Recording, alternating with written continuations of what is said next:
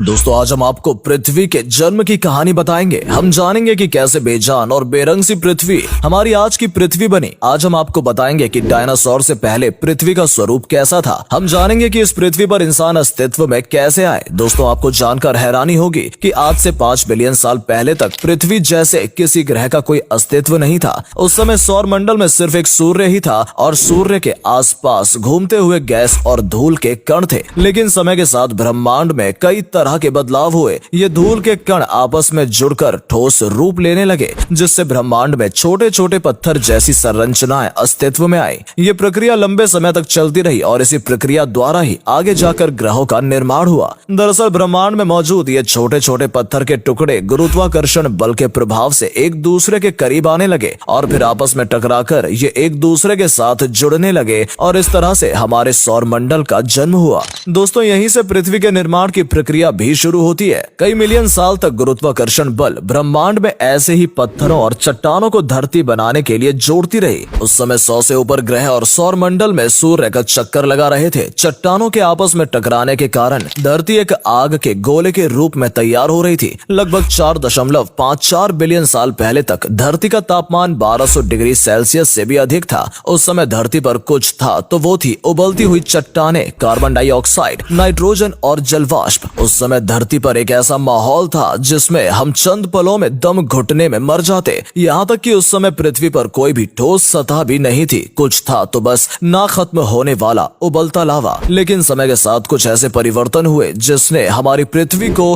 पूरी तरह से बदल कर रख दिया। दरअसल उस समय एक नया ग्रह जिसका नाम थिया था वो धरती की तरफ बढ़ने लगा। इस ग्रह का आकार मंगल ग्रह जितना था, जिसकी गति 50 किलोमीटर प्रति सेकंड थी, जो कि बंदूक से चली हुई गोली से 20 गुना ज्यादा थी। ये ग्रह तेजी से आगे बढ़ता हुआ धरती से जा टकराया था। दोनों ग्रहों के आपस में टकराने से एक बहुत बड़ा धमाका हुआ, जिससे कई ट्रिलियन मलबा यानी डेब्रिस धरती से बाहर निकल गया और थिया ग्रह धरती में विलीन हो गया। दोस्तों धरती से निकले हुए ये कण गुरुत्वाकर्षण बल के कारण कई हजार साल तक इकट्ठा होकर आपस में जुड़कर एक गेंद जैसी आकृति धारण करते हैं। ये गेंद ही आज हमारी पृथ्वी का अकेला प्राकृतिक उपग्रह चंद्रमा है। शुरुआत में चंद्रमा हमारी पृथ्वी से इतना दूर नहीं था, लेकिन समय के साथ होने वाली खगोलीय घटनाओं की वजह से चंद्रमा से पृथ्वी की दूरी बढ़ती चली गई। उस समय 22,000 किलोमीटर की दूरी थी, जबकि आज ये लगभग 4 लाख किलोमीटर दूर है। समय बीत रहे थे और उसी समय धरती में भी धीरे धीरे बदलाव आ रहे थे। अब धरती अपने आसपास के एस्टेरॉइड को अपनी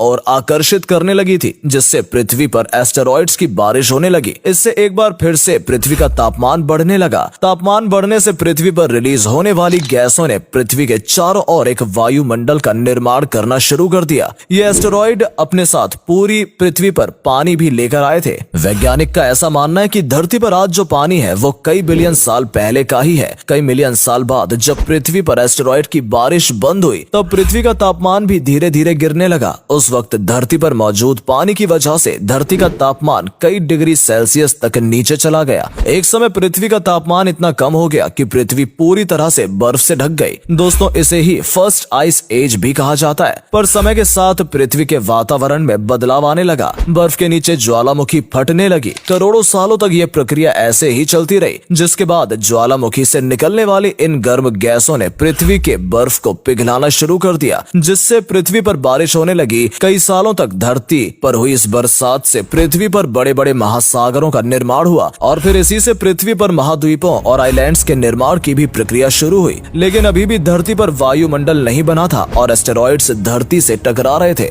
ऐसा ही जब एक एस्टेरॉइड धरती से आकर टकराया तो धरती पर मौजूद पानी के अंदर कई तरह के केमिकल रिएक्शन स्टार्ट हो गए, जिसके कारण समुद्र के पानी में यूनिसेल्युलर बैक्टीरिया का विकास हुआ, जो कि मिलियन सालों तक ये बैक्टीरिया अपने इसी रूप में धरती पर रहे और फिर बाद में आगे चलकर इन्होंने अपनी संख्या बढ़ानी शुरू कर दी और धीरे धीरे ये पूरे समुद्र में फैल गए। दूसरी ओर जो सूर्य की रोशनी थी, जो कि एक तरह से सूर्य की ऊर्जा थी, जब समुद्र के अंदर पहुंची तो इससे कार्बन डाइऑक्साइड, ऑक्सीजन और नाइट्रोजन में रिएक्शन हो गया और इसी से पृथ्वी के वातावरण में ऑक्सीजन की मात्रा बढ़नी शुरू हो गई और यहीं से जीवन के लिए अनुकूल परिस्थितियां भी पृथ्वी पर बननी स्टार्ट हो गई। समुद्र में पैदा होने वाले जीव भी प्रकाश संश्लेषण के द्वारा ऑक्सीजन बनाने लगे। जैसे जैसे ऑक्सीजन की मात्रा पृथ्वी पर बढ़ी, पृथ्वी के चारों ओर के वायुमंडल में ओजोन परत का निर्माण शुरू हो गया। गया। साथ ही धीरे धीरे अन्य जीवों का भी पृथ्वी पर विकास शुरू हो गया। पृथ्वी पर धीरे धीरे हरियाली आने लगी, पेड़ पौधे पनपने लगे और फिर समय के साथ जंगलों का निर्माण हुआ और इस तरह से बेजान धरती में भी धीरे धीरे जान आने लगी। लेकिन अभी भी धरती के अंदर पूरी तरह से जीवन के अनुकूल वातावरण तैयार नहीं हुआ था। धरती के अंदर अभी लावा तैर रहे थे, टेक्टोनिक्स प्लेट्स सरक रही थी। इस वजह से धरती की सतह एक दूसरे से टूटकर अलग होने लगी और महाद्वीपों का निर्माण शुरू हो गया। जहां एक तरफ महाद्वीप एक दूसरे से अलग हो रहे थे, वहीं दूसरी तरफ ज्वालामुखी विस्फोट की वजह से पृथ्वी पर अत्यधिक मात्रा में कार्बन डाइऑक्साइड गैस रिलीज होने लगी, जिससे कुछ समय के बाद पृथ्वी का तापमान 50 डिग्री सेल्सियस तक नीचे चला गया। और फिर एक समय ऐसा आया जब फिर से पूरा ग्रह बर्फ की एक मोटी परत से ढक गया। स्पेस से हमारी पृथ्वी सफेद रंग की तरह दिखाई देने लगी, लेकिन ये बर्फ की परत भी हमेशा हमारी पृथ्वी पर ऐसे ही नहीं रहने वाली थी। एक बार फिर से पृथ्वी के अंदर से निकलने वाले लावा ने पृथ्वी के वातावरण को गर्म करना शुरू किया। फिर से वही प्रोसेस हुआ, कार्बन डाइऑक्साइड गैस रिलीज हुई, सूर्य की रोशनी की वजह से ऑक्सीजन गैस रिलीज होने लगी और एक बार फिर से पृथ्वी पर हरियाली छा गई। दोस्तों, ये प्रोसेस कई मिलियन सालों तक ऐसे ही बार बार होता रहा और फिर एक समय ऐसा आया जब धरती का तापमान एक स्थिर लेवल पर पहुंच गया, जो इंसानों और जीव जंतुओं के रहने के लिए बिल्कुल अनुकूल था। लेकिन अभी भी जमीन पर जीव जंतुओं का विकास नहीं हुआ था। इसकी वजह सूर्य से आने वाली रेडिएशन थी, क्योंकि अभी भी ओजोन परत पूरी तरह से तैयार नहीं हुई थी जो सूर्य से आने वाली रेडिएशन को रोक सके।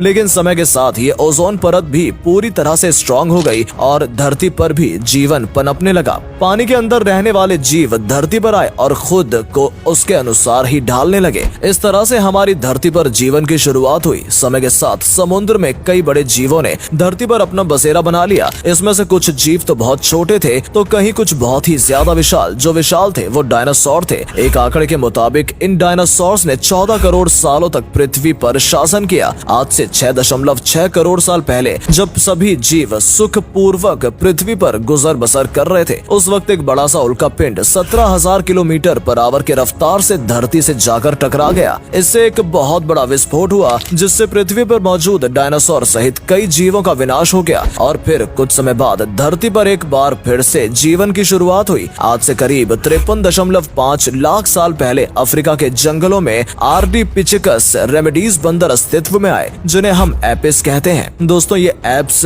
ही हमारे पूर्वज कहलाते थे। वैसे ये एप्स भी हमारे हमेशा ऐसे नहीं रहे, समय के साथ ये भी विकसित हुए। ये पेड़ों से जमीन पर आए। कई हजारों सालों तक निरंतर विकास के बाद ये बंदर 4 पैरों से 2 पैर पर आए और फिर आगे जाकर इन्होंने खुद को इतना विकसित कर लिया कि ये बंदर से इंसान कहलाने लगे। तो दोस्तों, ये थी डायनासोर से पहले हमारे पृथ्वी के स्वरूप की कहानी। अब शायद आपको ये बात समझ में आ गई होगी कि कैसे पृथ्वी का जन्म हुआ, कैसे ये बेजान धरती हम इंसानों के रहने के लायक बनी। दोस्तों, आज के लिए फिलहाल इतना ही। उम्मीद है आपको आज की वीडियो पसंद आई होगी। अगर हाँ तो इस वीडियो को लाइक करें, अपने दोस्तों के साथ शेयर करें और भी अमेजिंग एंड इंटरेस्टिंग वीडियोस देखते रहने के लिए चैनल को सब्सक्राइब कर लें। Thanks for watching.